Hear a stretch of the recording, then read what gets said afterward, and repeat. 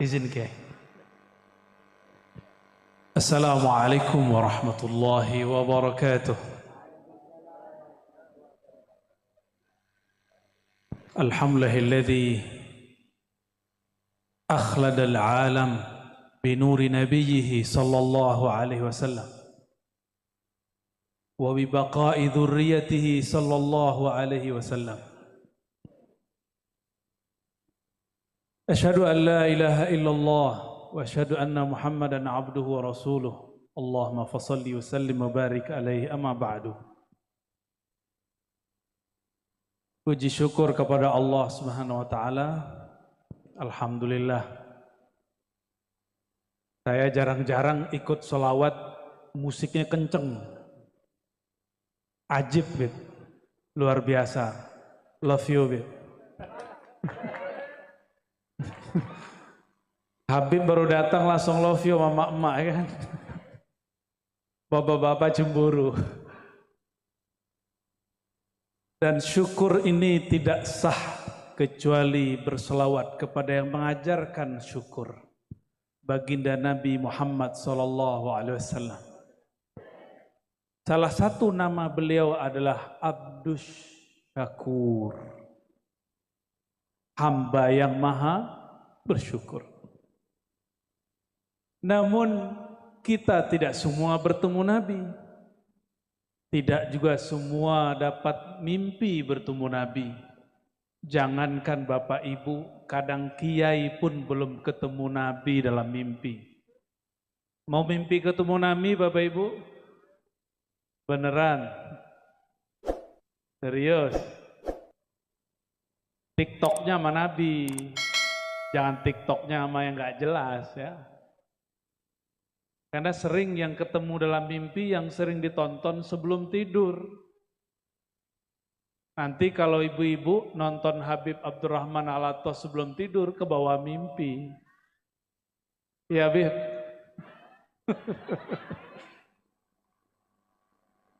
Calon mantu keberapa?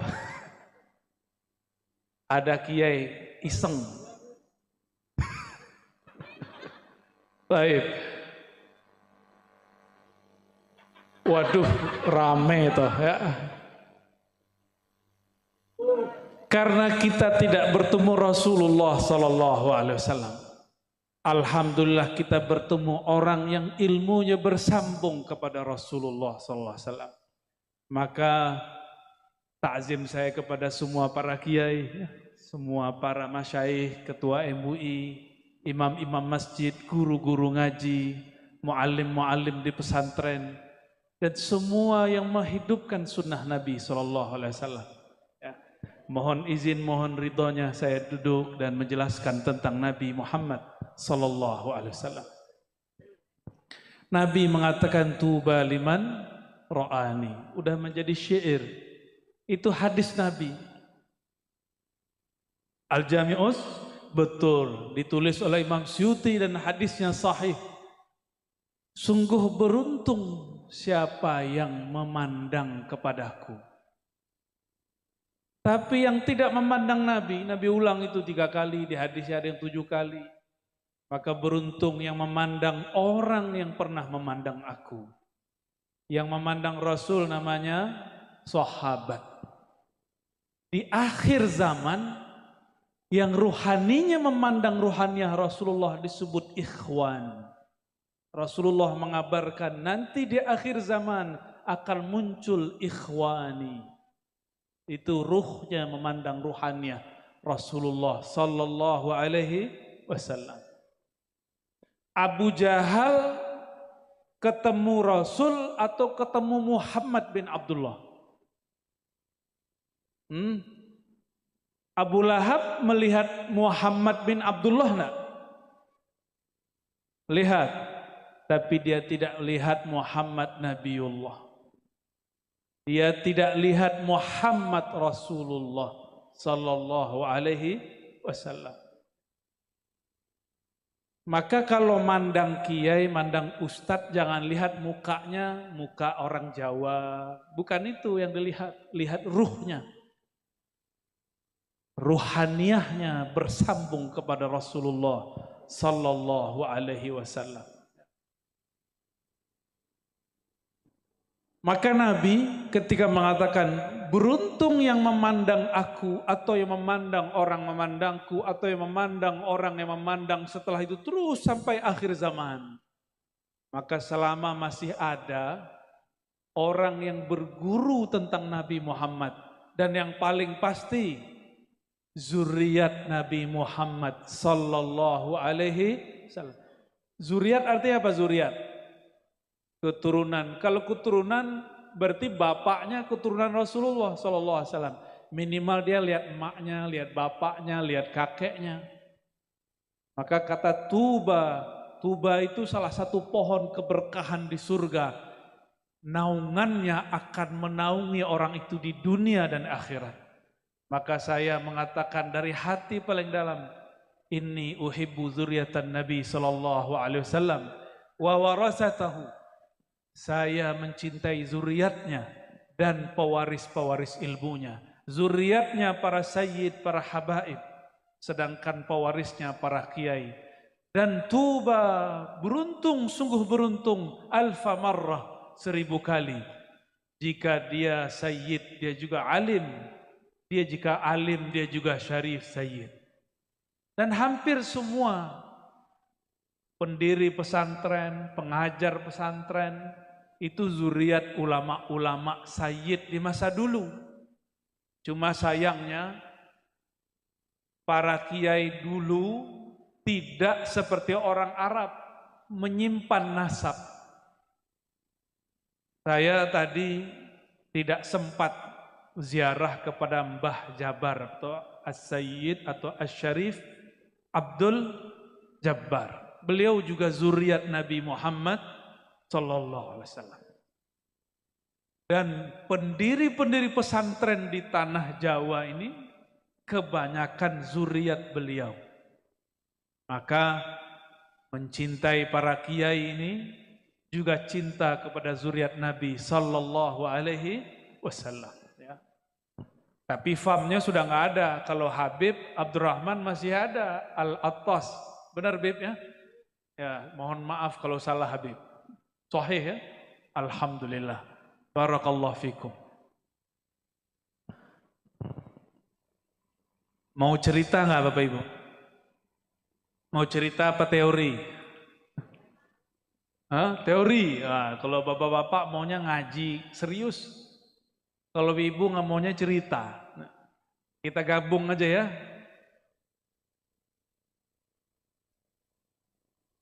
Satu kali Sayyid Abdullah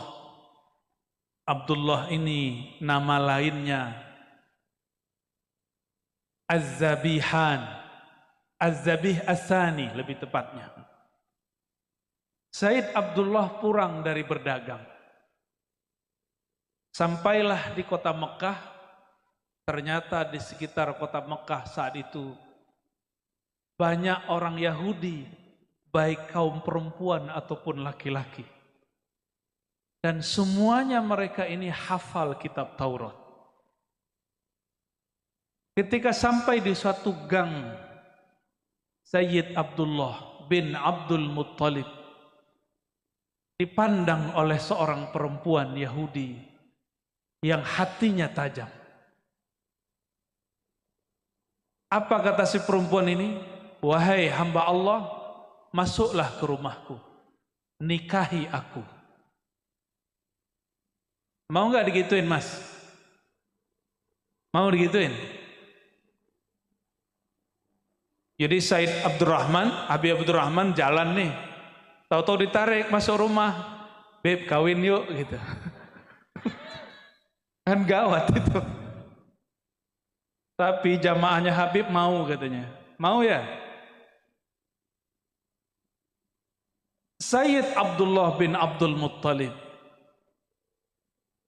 ketika ditarik mau, tapi ketika diajak menikah tiba-tiba wajah perempuan itu hilang. Dia tidak melihat perempuan itu, yang dia lihat wajah nenek-nenek. Dia langsung lari keluar dan dia cepat menunggang kudanya dan pulang ke rumahnya. Ternyata sampai di rumah ayahnya yang bernama Abdul Muttalib, beliau menyampaikan satu kalam, wahai Ananda Abdullah, aku baru saja menkhitbahkan, meminangkan bagimu seorang perempuan cantik bernama Aminah. Maka dilangsungkanlah pernikahan. Ankahtuka, aku nikahkan engkau dengan anakku, kata Wahab. Maka dijawab oleh dia, qabiltu, aku jawab, aku terima. Sahlah malam itu, menikahlah mereka, dan malam pertama pun datang.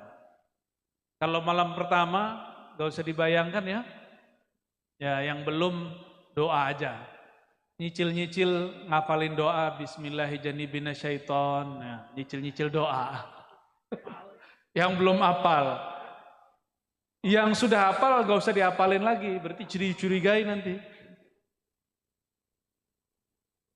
Malam itu terjadilah mana yang layak terjadi antara suami dan istri. Maka berhubunganlah secara sah Sayyid Abdullah dan Sayyidah Aminah. Di malam itulah berpindah. Ternyata Sayyid Abdullah di wajahnya ada nur. Cahaya itu membuat Abdullah menjadi laki-laki yang paling viral di zamannya. Paling terkenal di masanya. Tapi malam itu nurnya berpindah kepada Sayyidatuna Aminah. Besok agak kesiangan bangun Sayyid Abdullah. Abdullah kemudian kepikiran, kemarin ada yang ngajak nikah, kayaknya enak juga nih nikah. Maka dia jalan-jalan lagi lah ke gang yang kemarin dia diajak nikah oleh si perempuan Yahudi. Maka bertemulah dia dengan perempuan itu. Sekarang Said Abdullah yang ngajak nikah. Apa kata si perempuan? Ya Abdullah, qad zahaba anka an-nur. Wahai Abdullah, di wajahmu sudah tidak ada cahaya yang kemarin aku lihat. Ternyata nurnya telah pindah kepada Sayyidah Aminah. Jadi bapak-bapak yang sudah menikah ini nurnya udah pindah semua ini. Pak Wabu punya nur gak? Udah pindah ya? Bapak Ibu yang melakukan Allah, malam itu juga hamillah Sayyidah Aminah. Itu tuh dibaca Makkiyah itu. Malam itu hamil, malam itu juga Sayyidah Aminah bermimpi didatangi Sayyidina Jibril. Apa kata Sayyidina Jibril? Wahai Aminah, engkau akan mengandung Sayyidul Alamin, penghulu alam semesta. Malam besok datang malaikat Mikael, malam berikutnya malaikat, para nabi, mulai dari Nabi Adam sampai Nabi Isa. Ibu-ibu, ada yang mimpi ketemu Nabi Adam enggak? Enggak ada. Ketemu Nabi Yusuf, Nabi paling ganteng. Tapi kata Nabi Muhammad, gagahnya Nabi Yusuf nisfu jamali, baru setengah gantengnya aku. Itu Nabi Yusuf, setengahnya Nabi Yusuf nggak ada di sini. Jadi alam ini Allah ciptakan dengan jamalnya, keindahannya. Seperempat keindahan itu diberikan kepada Sayyidina Yusuf. Setengahnya diberi ke Nabi Muhammad. Dan seperempatnya lagi dibagi-bagi. Dari awal penciptaan alam semesta dibagikan ke bukit, ke gunung, ke bintang, ke wajah ibu-ibu ini ya. Ke mas-mas ini. Berarti kita ini 0,000000000 sekian ya. Itu yang kita rindu-rindu itu Pak ya. Aku kangen ya. Kangen wajahmu ya. Ngelihat wajah aja itu cuma 0,000 sekian persen. Tapi untungnya wajah Nabi itu yang aslinya tidak diperlihatkan kecuali kepada yang Allah kasyafkan. Nah, kembali kepada Sayyidah Aminah. Kalau ada orang mimpi ketemu Nabi, itu orang soleh bukan? Hatinya bening nggak? Tapi kok ada ya orang sekarang ngajarin orang tua Nabi musyrik. Pernah dengar nggak? Pernah dengar? Coba buka di YouTube, ntar ketemu orang tua Nabi di neraka. Ketemu ntar. Itu yang ngomong begitu, ketemu Rasulullah nggak pernah. Mimpi Nabi nggak pernah. Mimpi Sayyidina Jibril nggak pernah. Mimpi basah sering. Orang kayak gini berani mengatakan orang tua Nabi musyrik. Kalau musyrik masuk neraka nggak? Maksud saya apa? Kalau ada orang mengajarkan orang tua Nabi musyrik masuk neraka, ini orang nggak kenal siapa Nabi Muhammad sallallahu alaihi. Tadi dibacakan khairul maulud, ya khairal maulud, wahai zat yang sebaik-baik dilahirkan di muka bumi, dan yang melahirkannya adalah ibu yang terbaik di alam semesta. Bidannya ibu siapa bu? Waktu lahirin anak? Bidannya ini nih. Bidan fulanah gitu ya. Tapi Sayyiduna Muhammad sallallahu alaihi wasallam ketika lahir yang nyambutnya bidannya Sayyidatuna Asiyah dan Maryam. Kira-kira kalau begini ini orang mulia enggak yang melahirkannya? Nah, jadi kita ini sering fokus hanya kepada cerita lahirnya, tapi kurang memperhatikan siapa yang melahirkan. Maka boleh kami sampaikan, Sayyidatuna Aminah awwalu waliyah fil alam, ya, minal ummah al-Muhammadiyah. Di alam semesta, di kalangan umat Nabi Muhammad, wali perempuan pertama adalah ibunya sendiri, Sayyidah Khadijah, Sayyidah Aminah ya. Baik. Sedangkan Khadijah istrinya, istri yang walaupun berondong, tahu berondong Bapak Ibu? Ya, ini ada rahasianya kenapa Nabi berondong. Beliau ini lahir, ayahnya sudah meninggal. Umur 6 tahun, ibundanya sudah wafat. Umur 25 dilamar orang 40, cocok karena sudah lama tidak merasakan perhatian keibuan seorang wanita. Makanya ini rahasianya banyak. Dan semua anak Rasulullah SAW kecuali Sayyiduna Ibrahim itu adalah anak dari Sayyidah Khadijah. Kalau Ibrahim baru Maria Al-Qibtiyah. Jadi Habib Abdurrahman ini kalau nasab menjadi cek ke atas itu masih ketemu sama Sayyidah Khadijah Al-Qub. Tapi kalau nasab kita gimana Kiai? Temu nggak di atas? Wallahu a'lam bishawab. Wallahu a'lam bishawab. Inilah karomahnya para zuriat Nabi, mukjizatnya Rasulullah, dua yang paling kekal di alam semesta. Satu Quran, satu zuriatnya. Maka tidak ada masa kecuali di situ ada orang yang megang Quran, itu ulama, satu megang nasab Rasulullah sallallahu alaihi. Kalau masih ada dua ini kiamat Allah tunda. Jadi insya Allah kiamat dekat atau masih jauh? Enggak juga ya. BBM jadi naik. Sayyidah Aminah,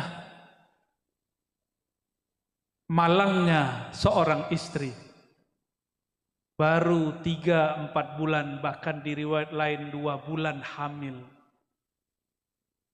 Suaminya berangkat pergi berdagang, ternyata sakit di tengah jalan. tidaklah pulang kecuali namanya dan kabar berita inna lillahi wa inna ilaihi raji'un. Kira-kira sedih gak ibu? Suami pergi berangkat kerja, pulang cuma nama. Sedih gak ini yang nonton bola? Anaknya berangkat nonton bola, pulang cuma nama. Sedih gak? Sedih. Gimana mas? Anak kita, adik kita pergi nonton bola, pulang cuma nama, sedih nggak? Kalau nggak ngerasain nggak sedih. Tapi kalau pernah ditinggal mati oleh orang terdekat, kalian rasakan sedihnya. Sedihnya tidak tanggung, nggak tanggung-tanggung kehilangan. Sayyidah Aminah, sedihnya bukan main. Suaminya berangkat sehat, tidak ada masalah, pulang cuma nama. Jasadnya pun tidak pulang, dikubur di tengah jalan. Tapi Sayyidah Aminah, perempuan yang setiap malam bermimpi bertemu para malaikat, para nabi. Inilah yang disebut mubasyarat, kabar gembira. Para kiai pun tidak mimpi ketemu Sayyidina Jibril. Aminah mimpi ketemu Jibril. Mimpi ketemu Nabi Adam sampai nabi-nabi yang paling besar, ulul azmi. Inilah yang menghibur Sayyidah Aminah. Maka pendek cerita, lahirlah Sayyidina Muhammad sallallahu alaihi wasallam. Apa yang terjadi? Dalam hadis Imam Ahmad, Imam Darimi, dan Imam Al-Hakim, Imam Tabrani, imam-imam yang lain disebutkan, Nabi Muhammad SAW mengatakan, laqad ra'at ummi nuran. Ketika aku lahir, ibuku tidak melihat darah.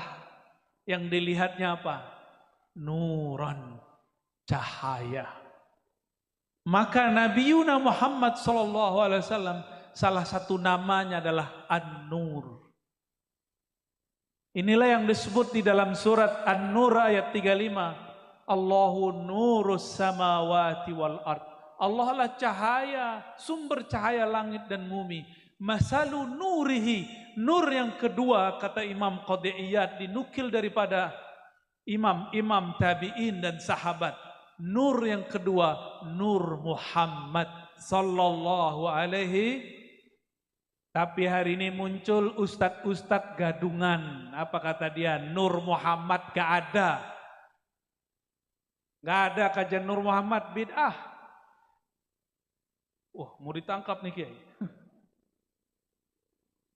Itu yang dibaca oleh Habib setiap malam, itu syair menyebutkan Nabi Muhammad itu Nur Muhammad sallallahu alaihi wasallam. Kok saya berani nyebut gadungan? Ini kan kasar sekali. Loh, mereka lebih kasar kok. Orang tua Nabi disebut musyrik, Nur Muhammad disebut bid'ah.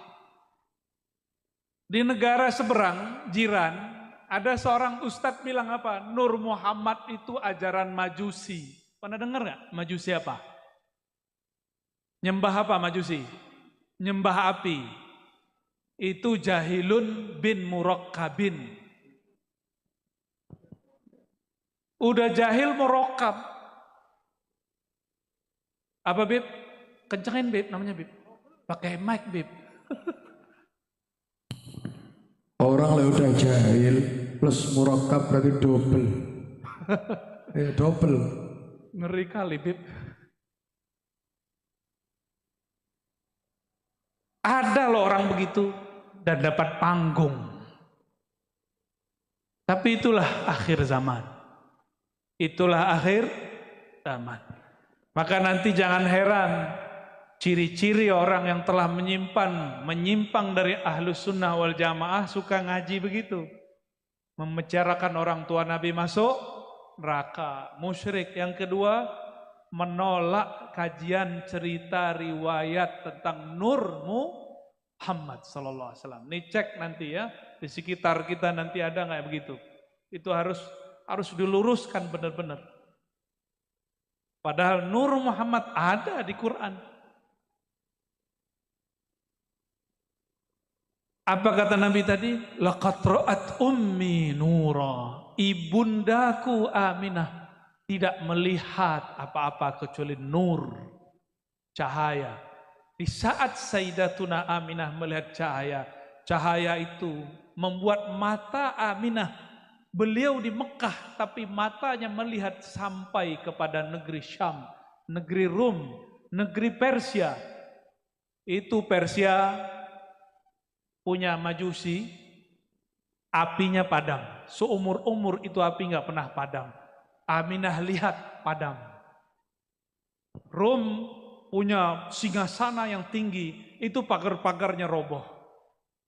Sayyidah Aminah nggak punya YouTube, nggak punya Facebook, nggak punya TikTok, nggak punya TV, tapi bisa lihat.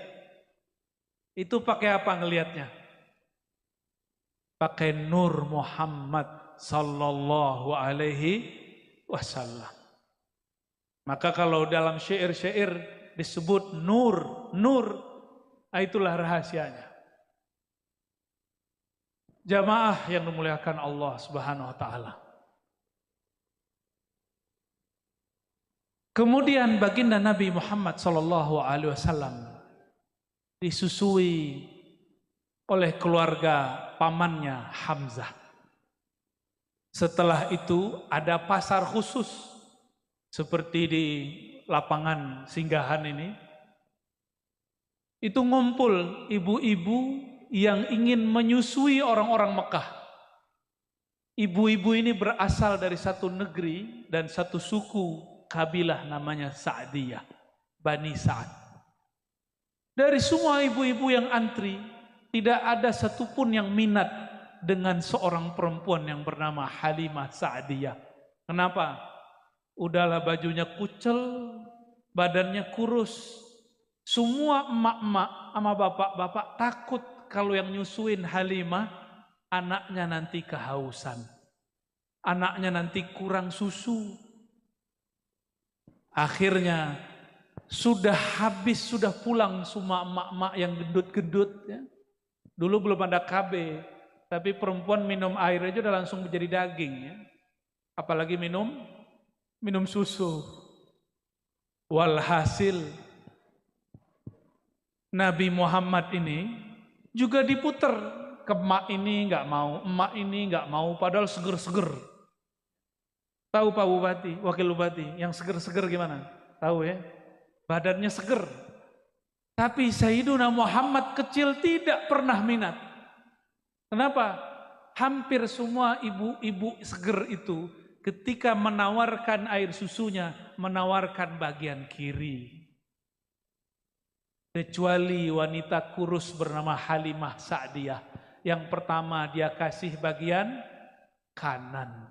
Maka bayi yang bernama Muhammad bin Abdullah langsung mau. Maka ibu-ibu ini pelajaran. Walaupun nanti bayi kita, bayi ibu-ibu bukan bayi saya maksudnya ya. Bayinya ibu-ibu itu mau nyusu kiri, tapi mulailah dari yang kanan. Ini namanya tafaulan, tabarukan dengan asar Nabi Muhammad sallallahu alaihi wasallam. Ada yang protes ke saya, loh, kan itu Nabi Muhammad belum jadi rasul, belum boleh diikuti. Lah itu suka-suka dia. Bagi kita Nabi Muhammad diikuti mulai dari lahir sampai beliau wafat. Ya. Lalu dibawalah oleh Halimah Sa'diyah. Itu Halimah Sa'diyah punya onta, ontanya pun kurus. Sedangkan mak-mak tadi yang udah pulang, badannya gendut, ontanya juga gendut. Onta kurus sama onta gendut, kalau jalan duluan mana? Di atas onta yang gendut itu, ibu-ibunya seger, binti gendut. Kira-kira ontanya kena beban nggak? Maka secara rasio logika, Halimah Sa'diyah duluan nyampe ke kampungnya masuk akal. Ya. Tapi bukan itu. Bukan itu. Ini kita loncat sedikit ke bab Isra Mi'raj. Ketika Nabi Muhammad sallallahu alaihi wasallam didatangi Sayyidina Jibril dan Mikail bersama buruk. Buruk ini waktu dinaikin Nabi Muhammad SAW, buruknya kayak gelisah. Gelisah, ini siapa nih? Binatangnya, binatang surga ini nggak nyaman dengan orang baru. Akhirnya ditegur oleh Sayyidina Jibril. Hei buruk, tidak ada makhluk di alam semesta ini yang menunggangimu lebih mulia daripada yang engkau ada sekarang di bawahnya. Yang sekarang menunggangimu yaitu Muhammad Rasulullah sallallahu alaihi wasallam. Maka kalau kita kembali ke yang tadi, itu onta ngerti siapa yang sedang digendong oleh Sayyidah Halimah Sa'diyah. Itu adalah Muhammad Rasulullah sallallahu alaihi wasallam. Ya, Muhammad kecil, Sayyiduna Muhammad.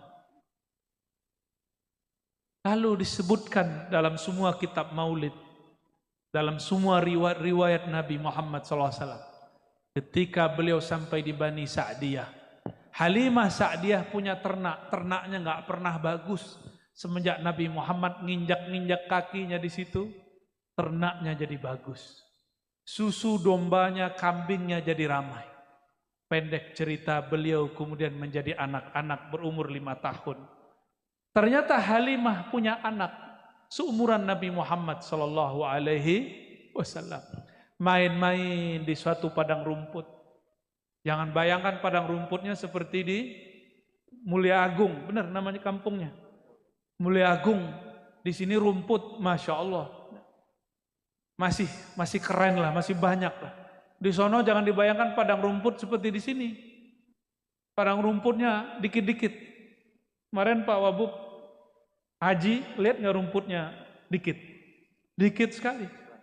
Di sela-sela batu, Nabi Muhammad main petak umpet lah kira-kira sama saudara susunya. Tiba-tiba muncul ada makhluk bersayap, 2 makhluk terbang dari langit, mendarat. Kira-kira kalau itu terjadi di kita, kabur nggak? Maka jangan minta-minta ada malaikat turun. Muncul nongol, kabur kita. Melihat seperti itu, Nabi Muhammad kecil tidak kabur. Malaikat yang bersayap itu malaikat Jibril dan Mikail. Kata malaikat Mikail, bahasa Arabnya nih, huwa. Apa arti huwa? Huwa artinya apa? Huwa, apa arti huwa? Diakah yang disebut-sebut di langit itu? Diakah yang digosipin di langit itu? Jadi Nabi Muhammad ternyata namanya sudah viral di langit, orangnya belum nongol. Itulah yang beliau sebutkan dalam hadis yang sahih, ana awwalul anbiya'i fil khalqi wa akhiruhum fil ba'thi. Aku nabi pertama di alam semesta, di kalangan makhluk, tapi terakhir diutus. Ini yang banyak kiai aswaja sebagian gak faham. Dikira Nabi Muhammad baru jadi nabi umur 40. Gak bisa membedakan antara bi'tsah dengan nubuwah. Kalau nubuwah sebelum alam ini dicipta, yang pertama dicipta nur Nabi Muhammad SAW. Ini yang disebut nubuwah. Sedangkan bi'tsah umur 40 tahun, beda. Ya. Jadi nanti ada orang-orang bilang Nabi Muhammad belum jadi nabi 40, itu ajaran sesat. Itu ajaran sesat, ya, hati-hati. Karena nanti bakal muncul lagi yang ngomong Nabi Muhammad belum rahmatan lil alamin sampai umur 40. Ada yang ngomong begitu ntar. Ntar muncul lagi ada yang ngomong Nabi Muhammad belum bawa rahmat sampai bangun khilafah. Nah, ntar macam-macam tuh. Itu semua ajaran menyimpang dari ajaran Ahlus Sunnah wal Jamaah. Nabi Muhammad sebelum diutus, sebelum dilahirkan, beliau sudah jadi nabi dan sudah bawa rahmat. Enggak nunggu 40 tahun, enggak nunggu buat khilafah. Apa kata malaikat Mikail tadi? Huwa. Apakah dia yang bernama Muhammad yang viral di hadapan malaikat itu. Nah, malaikat Jibril mengatakan, iya. Lalu malaikat Mikail ambil Nabi Muhammad kecil 5 tahun. Kalau 5 tahun, anak kita 5 tahun masih kecil gak tuh? Masih PAUD. Ingat gak dia cerita dia masih kecil? Kebanyakan gak ingat, tapi Nabi Muhammad selalu ingat. Ini hebatnya beliau. Diambil, digendong oleh Sayyidina Mikail. Lalu dibelahlah dadanya, dibedah. Dikeluarkan jantungnya, dibersihkan semua dosanya. Ada 2 titik hitam. Pak Wabub, kalau dibuka dada kita, titik hitamnya banyak nggak? Nggak kehitung. Nabi Muhammad cuma punya 2 titik hitam, langsung dibersihkan oleh malaikat Jibril. Wajar di hatinya nggak ada iri dengki. Masalahnya, ini kalau dada dibedah, pingsan nggak? Bisa pingsan. Orang kena tonjok aja pingsan. Tapi Nabi Muhammad bahkan ada yang mati ya. Kenapa Nabi Muhammad nggak pingsan, nggak sakit? Karena yang membedah malaikat Jibril badannya bukan badan begini, badannya badan nuriyah, badan cahaya. Jadi membuat operasi badannya itu secepat cahaya, tidak ada rasa sakit sama sekali. Pendek cerita, ternyata saudaranya ini lari ke rumah mencari ayah ibunya dan menangis, wahai ayah bunda, saudaraku dibunuh.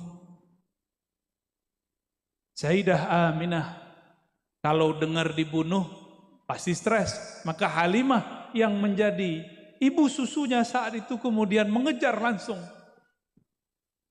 Dikejarlah langsung sampai di padang rumput, ternyata Sayyidina Muhammad masih main-main. Maka dipeluklah oleh Sayyidatuna Halimah Sayyidah. Halimah Sa'diyah bertanya, ya Muhammad, ya Ghulam, wahai Ananda, apa yang terjadi pada engkau? Maka Sayyidina Muhammad SAW menceritakan, wahai ibunda, tadi ada 2 malaikat turun, ada makhluk bersayap turun, lalu membelah dadaku, membersihkan isi jantungku. Setelah itu aku sehat lagi. Kira-kira ibu-ibu kalau dengar anaknya cerita gitu gimana? Anak saya gila kali ya gitu ya. Ya. Benar ya? Dulu anak saya cerita, Bi, tadi malam mimpi ketemu Nabi Muhammad, saya kira anak saya habis nonton TikTok.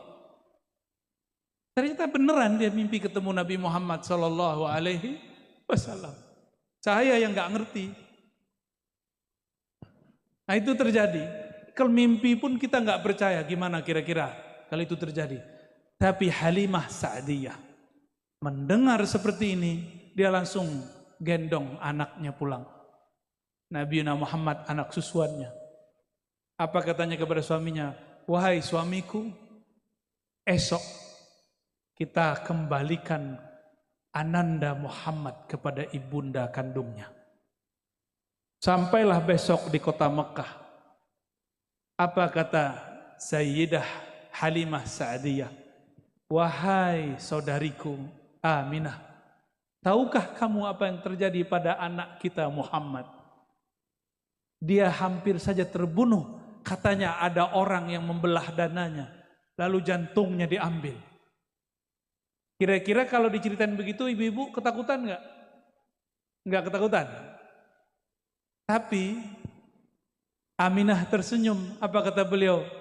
Kalau bahasa kitanya, kamu norak. Saya melahirkan Muhammad, ro'aitu nura, yang aku lihat cahaya bukan darah. Maka aku tahu ini anak luar biasa.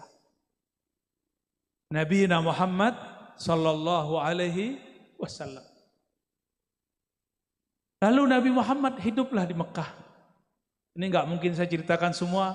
Saya ceritakan satu saja yang paling luar biasa. Sebelum nanti sholawat ditambah.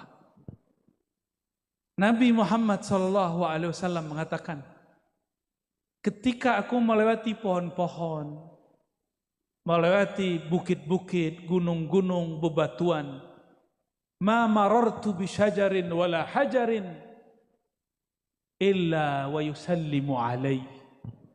Tidaklah aku melewati pohon dan gunung bebatuan kecuali pohon itu ngucapin salam kepadaku. Ini coba nih bapak-bapak, ibu-ibu atau kiai lah ya.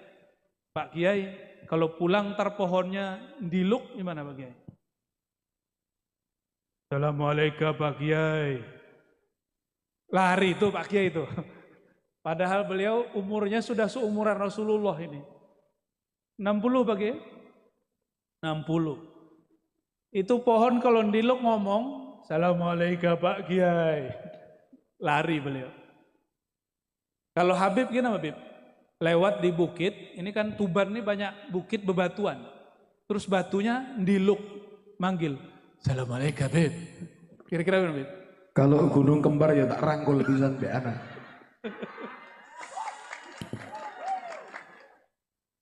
Ampun ketemu Habib Jawa ya. Habib Betawi lain, Habib Palembang lain. Kalau Habib Jawa, Masya Allah. Barakallah Habib.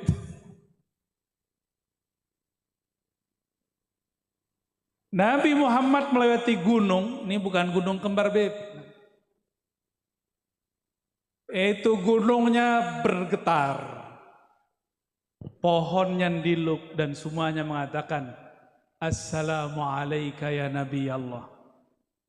Salam atas engkau wahai Nabi Allah. Hewan-hewan Nabi lagi jalan. Ada arak-arakan domba. Semua domba pengen mendekat Rasulullah. Ada onta-onta pengen ngadu ke Rasulullah. Cuma sayangnya onta ngadunya urusan perut. Bukan buah perut, Beb. Onta ketemu Rasul ngadunya urusan apa? Perut. Sama, mohon maaf nih, masyarakat ketemu wabub, ketemu bupati, ngadu masalah perut.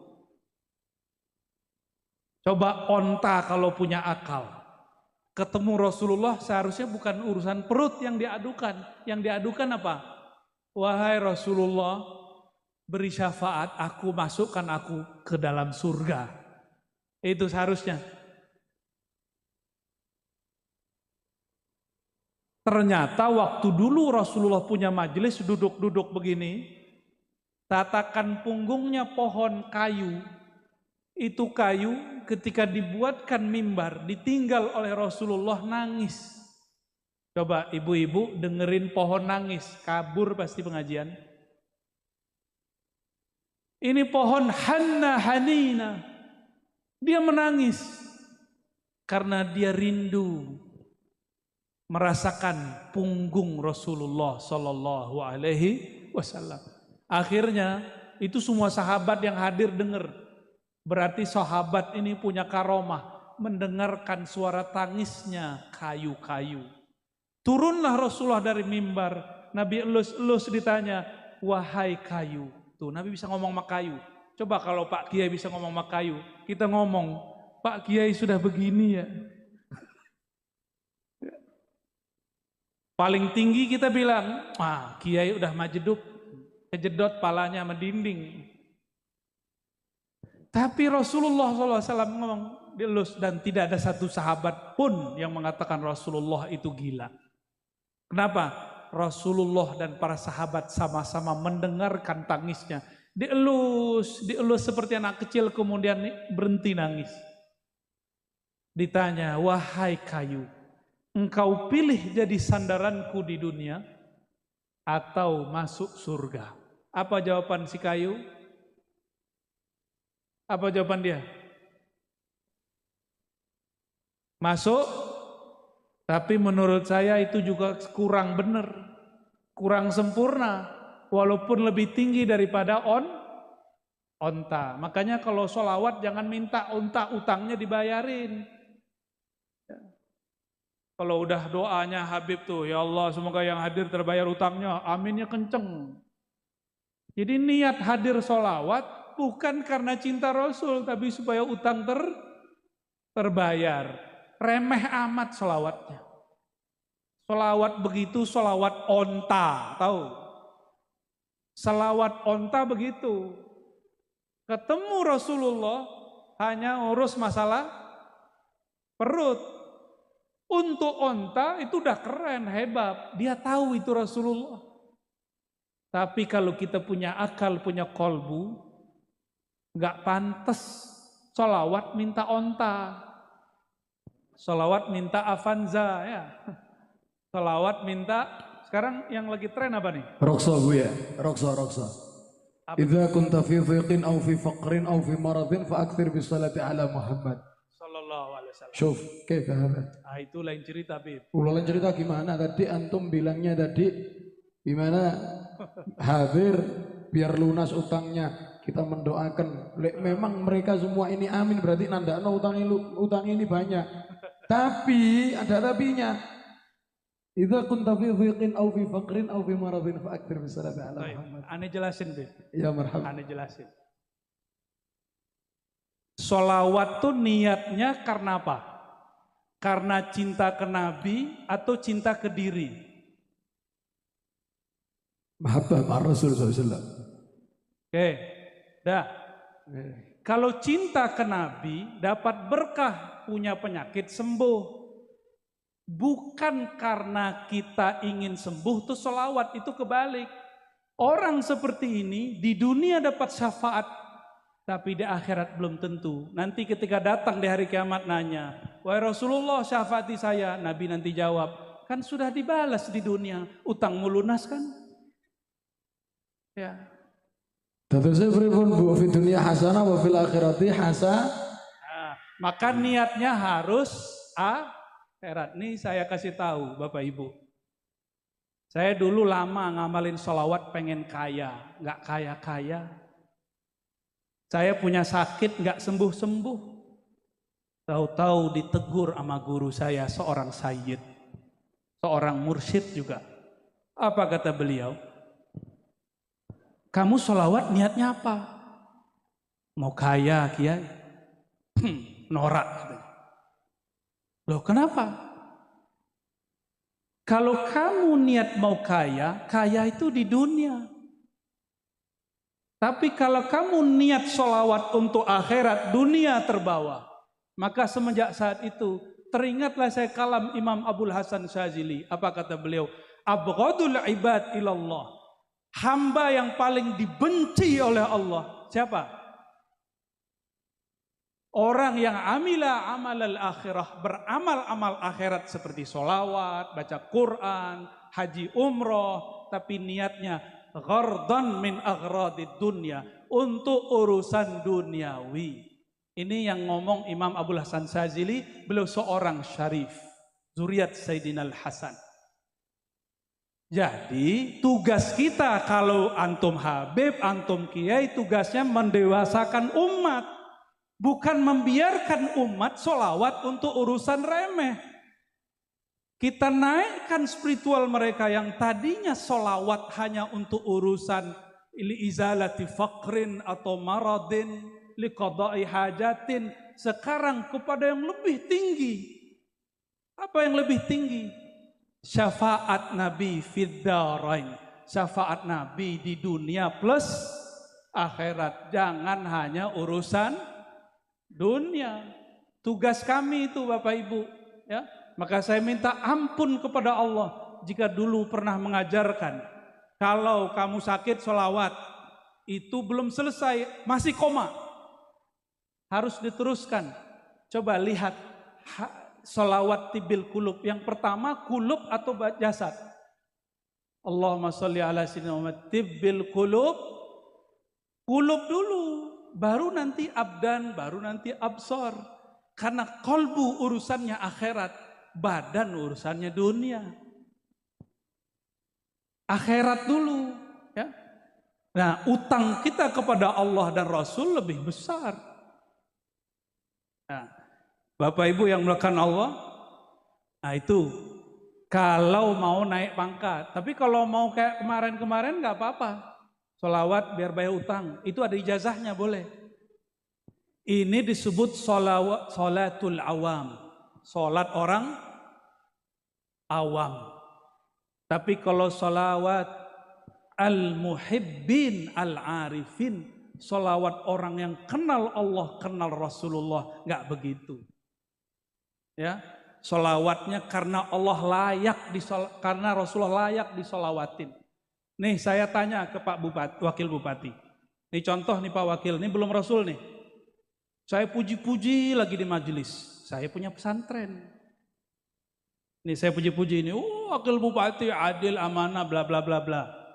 Dalam hati niat muji Pak Wakil Bupati supaya pesantren saya dibangun, dibantu.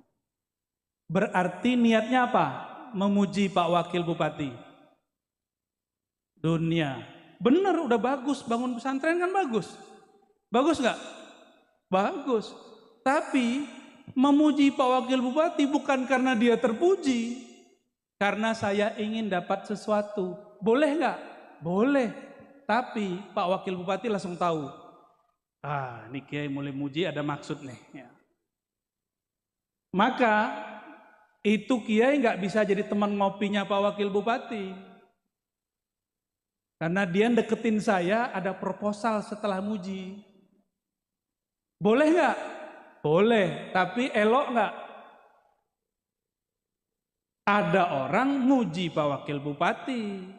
Dari hati nggak ada maksud apa-apa. Nah, orang ini cocok jadi teman ngopi. Nyaman nggak Pak Wakil? Nyaman. Rasulullah sama orang yang niat apapun dikasih. Tapi Rasulullah memilih khawasus sahabah. Sahabat-sahabat yang khawas yang mulia. Itu sahabat-sahabat yang berjuang karena Rasulullah. Bukan karena dirinya. Jadi ada sholawatnya itu sholawat nafsiyah namanya. Sholawat karena dirinya. Ada yang sholawatnya karena Nabi Muhammad, sholawat Muhammadiyah. Sholawat, semua sholawat kita yang kita niatkan karena Nabi layak disolawati. Baru tuh sholawatnya benar. Oke? Ya, barangkali itu yang boleh saya sampaikan ya. Maka kajian malam ini saya simpulkan bahwa baginda Nabi Muhammad sallallahu alaihi wasallam beliaulah khairul maulud, sebaik-baik orang yang dilahirkan. Maka ibundanya juga adalah ibu yang paling mulia yang dilahirkan. Maka dimanapun beliau menginjakkan kaki, di sana semua benda, semua tempat mengucapkan salam. Namun kita harus beda dengan mereka karena kita punya kolbu, punya akal. Bersolawatlah karena beliau layak disolawati. Insya Allah jika sakit Allah sembuhkan. Tapi jika sakitnya tidak disembuhkan, kita tetap solawat. Karena solawat kita bukan karena tersembuh daripada penyakit. Kalau utangnya tidak terlunaskan, kita tetap solawat. Karena solawat kita bukan untuk urusan duniawi. Syukur-syukur jika berkah Allah lunaskan. Begitu barangkali. Wassallallahu ala sayyidina Muhammad. Assalamualaikum warahmatullahi wabarakatuh.